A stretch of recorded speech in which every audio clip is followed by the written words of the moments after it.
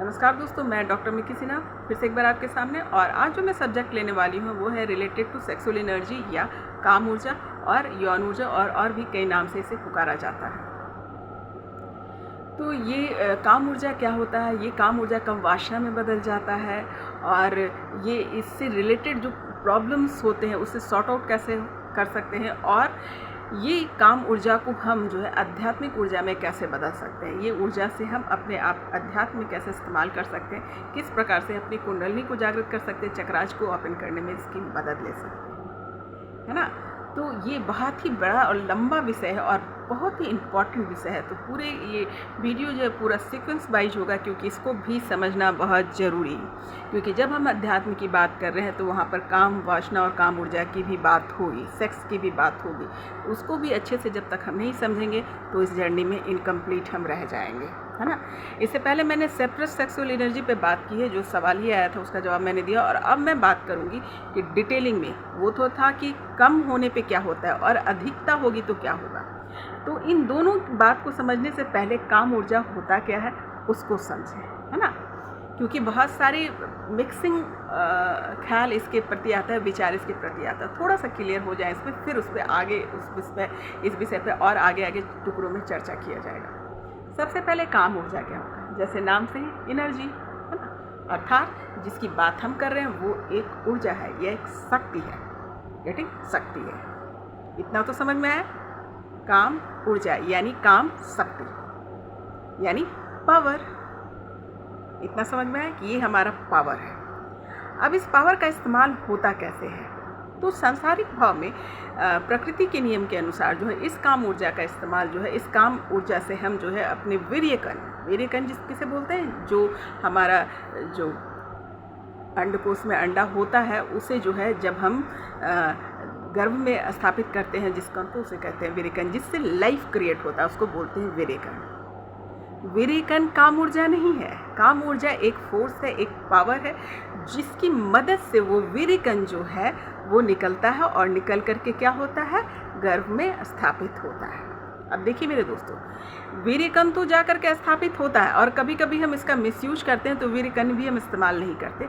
पर इस प्रक्रिया में वीर्यकण स्थापित होता है, परंतु आपकी काम ऊर्जा यानी आपकी शक्ति भी छिन्न होती है। गेटिंग? जो आपका पावर था वो क्या होता है, डिस्ट्रॉय होता है। बात समझ में आई? इसी पावर को पास में रखना और बर्बाद करना, इसी पर हम बात करने वाले हैं। और किस प्रकार से हम इस पर काबू रख सकते हैं, इसको ताकत बना सकते हैं, और किस प्रकार से ये डिस्ट्रॉय हो जाता है, इस डिस्ट्रॉय से कैसे बच सकते हैं, उस पर हम चर्चा करेंगे। तो सबसे पहले काम ऊर्जा कहते किसे हैं? काम ऊर्जा एक शक्ति जो हमारे अंदर है, जो दिखाई तो नहीं देता, पर ये वो फोर्स की तरह जो हमारे मानसिक संदेश के द्वारा फोर्स की तरह वो जाता है और हमारे वीर्यकण को जो है गर्भ धारण के लिए स्थापित करता है। उसी फोर्स के द्वारा वीर्यकण जो है गर्भ में जाता है। Very clear? अब क्या है कि क्या ऐसा है, वीर्यकण जो है बिना काम ऊर्जा के जो वीर्यकण जो है वो नहीं निकलेगा। तो वीर्यकण को स्थापित होने के लिए, गर्भ में जाने के लिए काम ऊर्जा की ज़रूरत पड़ती है, बिना उसके नहीं जा सकते। अब देखिए मेरे दोस्तों, थोड़ा सा और इसको मैं क्लियर कर देती हूँ। जैसे कोई स्त्री, कोई लड़की है, जन्म लेती है तो उसी टाइम से जो है वो अपने गर्भ को लेकर के आती है। उसकी कैपेसिटी जो स्त्रीत्व का जो कैपेसिटी वो लेकर आती है। उसके अंदर वो अंडा उपस्थित होता है और उसमें से कुछ अंडा गर्भ धारण के लिए होता है और कुछ ही अंडे से वो लाइफ को जन्म दे पाती है। तो इस प्रकार से वो जन्म से ही वो सारी चीज़ें लेकर आती है। गर्भ धारण करने की जितनी भी सामग्री होती है, जो ज़रूरत होती है, वो सारी चीज़ स्त्री के शरीर में मौजूद होता है, परंतु वो तब तक एक्टिव नहीं होता, तब तक वो नहीं पहुंच पाता या वो एक्टिव नहीं हो पाता जब तक कि काम ऊर्जा उसकी जागृत नहीं होती।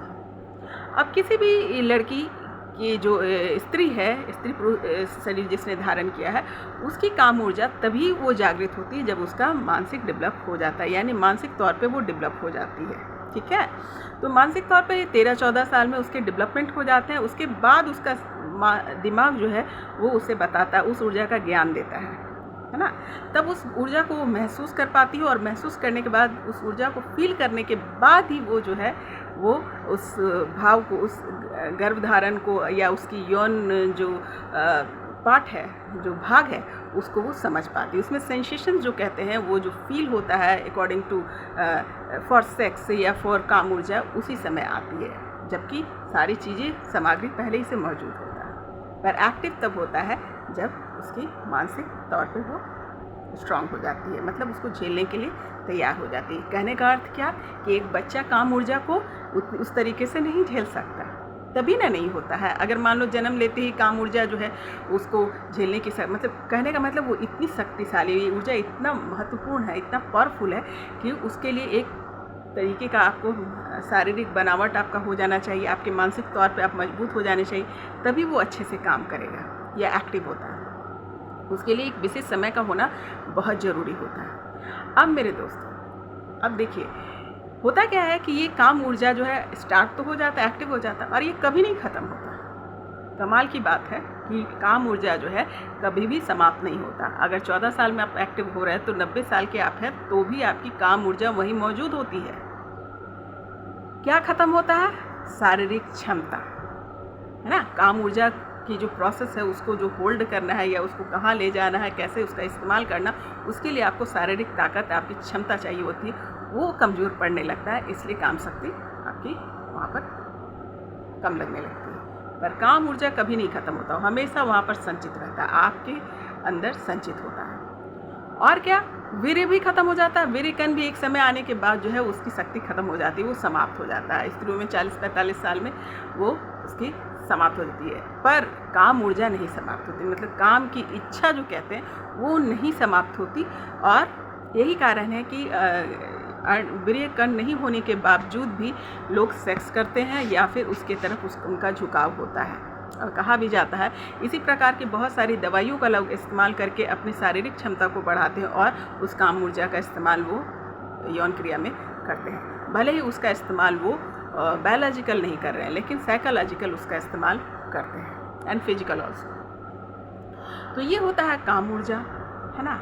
तो कितना ये महत्वपूर्ण कि ये ऊर्जा जो है सबसे बड़ी शक्ति है। इसी शक्ति, एक्चुअली सच पूछिए तो यही शक्ति है, इसी को हम ऊपर अगर लेकर के चले जाए तो ये हमारा जागरण हो जाता है, और यही नीचे चला जाता है तो डिस्ट्रॉय हो जाता है। तो प्रकृति के नियम के अनुसार जो है ये नीचे की ओर ड्रेन होना बहुत आसान रहता है, और इस पर जब हम बेतरीका प्रैक्टिस कर लेते हैं तो ये हमेशा नीचे की ओर ही जाएगा। और नीचे की ओर जाने का मतलब क्या होता है कि आपकी शक्ति क्षीण होती है। अगर आप ये वीर्य कण को बायोलॉजिकल रूप से अगर इस्तेमाल कर रहे हैं तो भी ये कुछ काम आ जाता है, पर अगर बायोलॉजिकल रूप से इसको इस्तेमाल नहीं कर रहे हैं तो आप अपनी ऊर्जा को क्षीण कर रहे हैं। तो ये है काम ऊर्जा, जो हमारे शरीर में मौजूद होता है, जो दिखाई नहीं देता, और ये कभी नहीं समाप्त होता है। और इसी काम ऊर्जा के थ्रू जो है हम वीर्य कण जो है क्या कहते हैं, गर्भ धारण करने में मदद करता है, गर्भ धारण के में पहुंचता है वो।